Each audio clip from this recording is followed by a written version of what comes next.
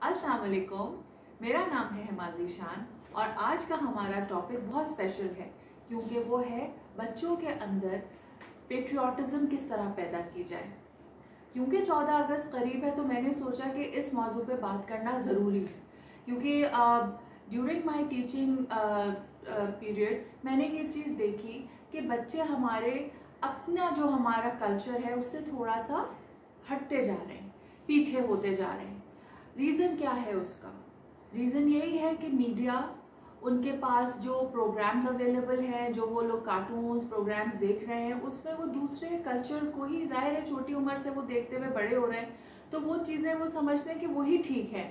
वो बच्चे जो कार्टून कैरेक्टर्स या जो प्रोग्राम्स या मूवीज़ या छोटे सिटकॉम्स जो वो देखते हैं, जिस तरह के जोक्स उसमें होते हैं या जैसी बातें होती हैं, वो समझते हैं कि वही ठीक है और वही बहुत कूल है। फिर अपने आसपास के बच्चे जिनसे वो इंटरेक्ट करते हैं वो भी उसी तरह की बातें करते हैं। और फिर मैं यही कहूँगी कि इसमें हमारे बच्चों का कसूर नहीं है, इसमें कसूरवार हम हैं। क्योंकि आई रिमेंबर कि व्हेन आई वाज यंग, जब मैं छोटी सी थी, ड्यूरिंग माय स्कूल लाइक बिल्कुल जो स्टार्ट का 2, 3, 4 इस तरह की जो स्टेजेस थी, उसमें मुझे याद है कि टीचर्स बहुत एम्फसाइज करती थी हमारे तहजीब के ऊपर कि हमारी तहजीब क्या है। और वो सिर्फ उर्दू टीचर्स तक ही महदूद नहीं थी चीज़, वो एज एक पूरा एक सिस्टम था, वो एक पैटर्न ही वो था उस तरह का कि हम लोग अपनी आइडेंटिटी को बहुत they used to own their own identity. क्योंकि हर घराने में, हर ख़ानदान में कोई ना कोई ऐसा बुजुर्ग मौजूद था जो कि ये कहानी सुनाई हुई थी घर में कि पाकिस्तान कितनी मुश्किलों से मिला है और हम उन सब चीज़ों को ओन किया करते थे। जैसे ये अगस्त का महीना शुरू होता था, स्कूल्स में एक फेस्टिविटी का माहौल आ जाता था।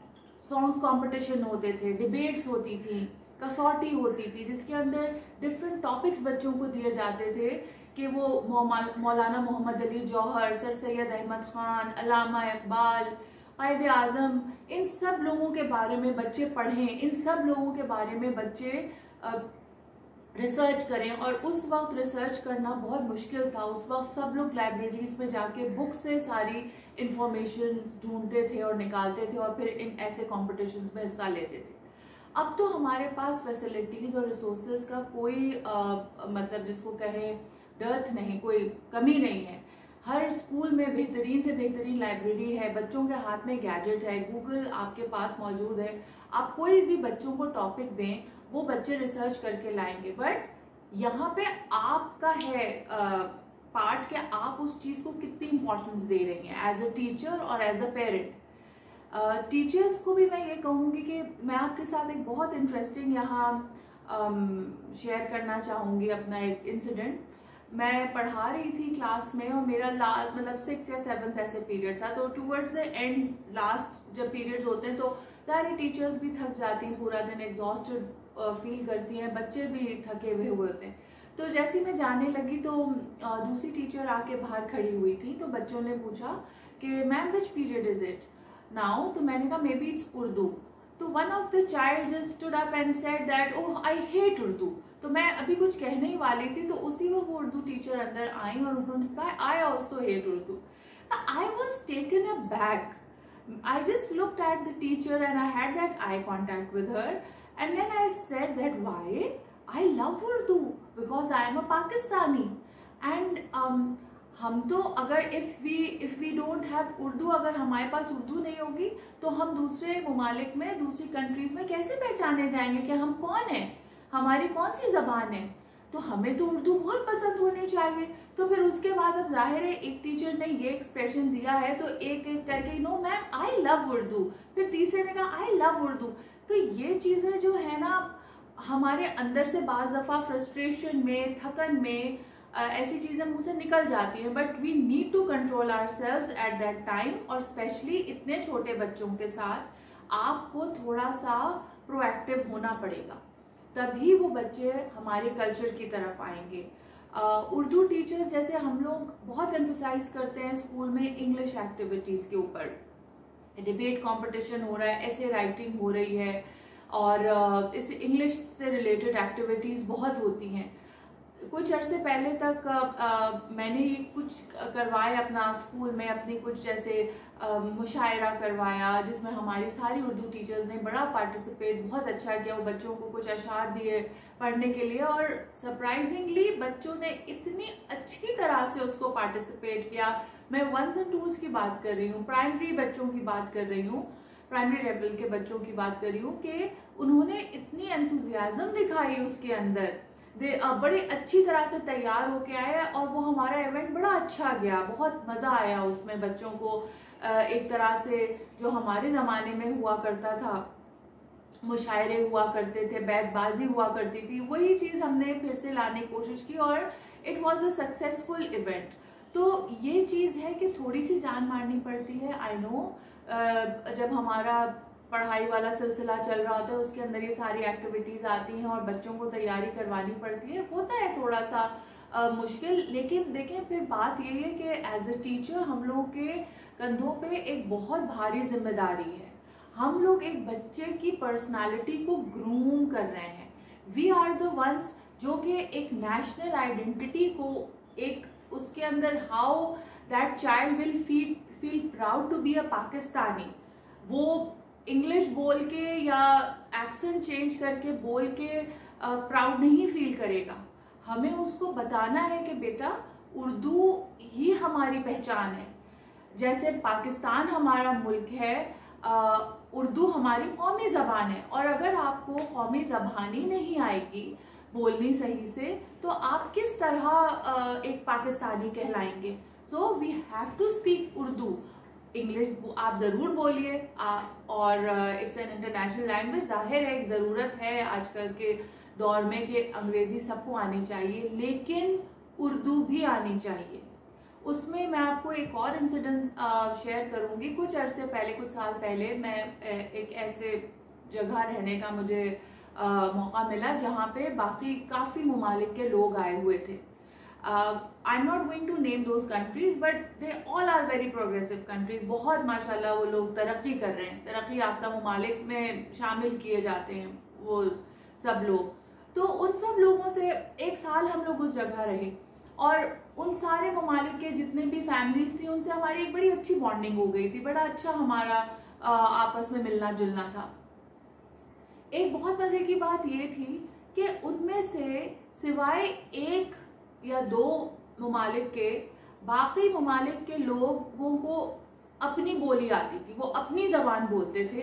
वो अंग्रेजी बहुत टूटी फूटी, बस इतनी कि किसी को वो अपना मतलब समझा सके उतनी वो बोलते थे।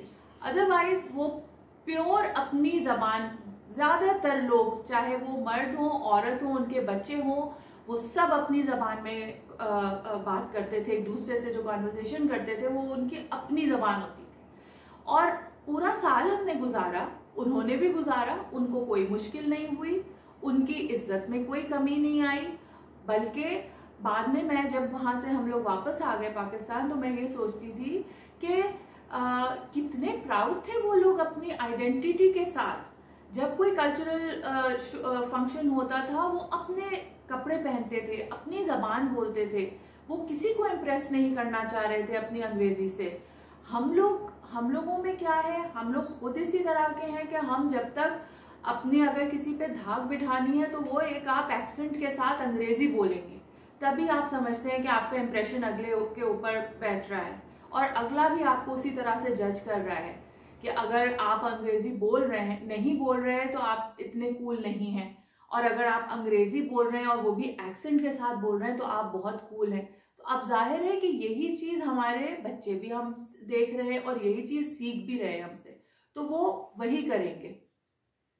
अब मुझको इस बात का बड़ा अफसोस होता है कि हमने उर्दू को वो प्रेफरेंस नहीं दी, हमने उर्दू को उस जगह नहीं पहुंचाया। एक सेकंड ग्रेड जिसको कहते हैं ना लैंग्वेज का वो दे दिया है स्टेटस, कि बच्चे घरों में मैंने देखा है कि जो उनके आसपास के काम करने वाले होंगे या हेल्पर्स जो होंगे घर में, उनसे वो टूटी फूटी उर्दू में बात करते हैं, और फिर जो अपने जो सिबलिंग्स, अपने बहन भाई और अम्मा अब्बा, वो सब अंग्रेजी में बात कर रहे होते हैं। तो क्या मतलब कि अब जो उर्दू है वो एक आप कह लें, मैं इसको किसी गलत मतलब में नहीं ले रही, क्या निचले तबके की जबान हो गई है कि वो बेचारे लोग जिनको जो पढ़े लिखे नहीं हैं हम सिर्फ उनसे उर्दू में बात करेंगे और बाकी जो हमारे जानने वाले और बहुत कूल लोग जो हैं हम उनसे सिर्फ इंग्लिश में बात करेंगे। आई एम सॉरी, ये चीज़ें मुझे तो लगता है कि एक बहुत हम कॉम्प्लेक्स कौम को बड़ा कर रहे हैं, एक कॉम्प्लेक्स बच्चों के अंदर ये डाल रहे हैं। आप अगर पिछले जो 70s 80s की मैं बात करूंगी और अपने पाकिस्तान टेलीविजन की बात करूंगी, जो अच्छे लोग बोलने वाले थे उनकी अंग्रेजी के साथ साथ उनकी उर्दू भी इतनी ही अच्छी होती थी कि मतलब जब वो बात करते थे उर्दू में तो आप अशश करते थे कि क्या उनका तलफ़ुज़ है बात करने का और किस तरह उनका लहजा है बात करने का। और जब वो अंग्रेज़ी बोलते थे तो उतनी ही अच्छी अंग्रेज़ी में बात करते थे कि वो एक टीचर्स थे। उस ज़माने का मैं कहती हूँ कि स्टेटस में उनके कोई कमी नहीं आ जाती थी अगर वो उर्दू में बात करते थे, और जब वो उर्दू में बात करते थे तो वो पूरी उर्दू में बात करते थे। हम लोग जैसे मैं खुद भी आधी इंग्लिश आधी उर्दू, ये अब एक कल्चर बन गया है हमारे यहाँ, लेकिन इस कल्चर को कौन ख़त्म करेगा? इस कल्चर को as a teacher as a parent मैं ख़त्म करूँगी।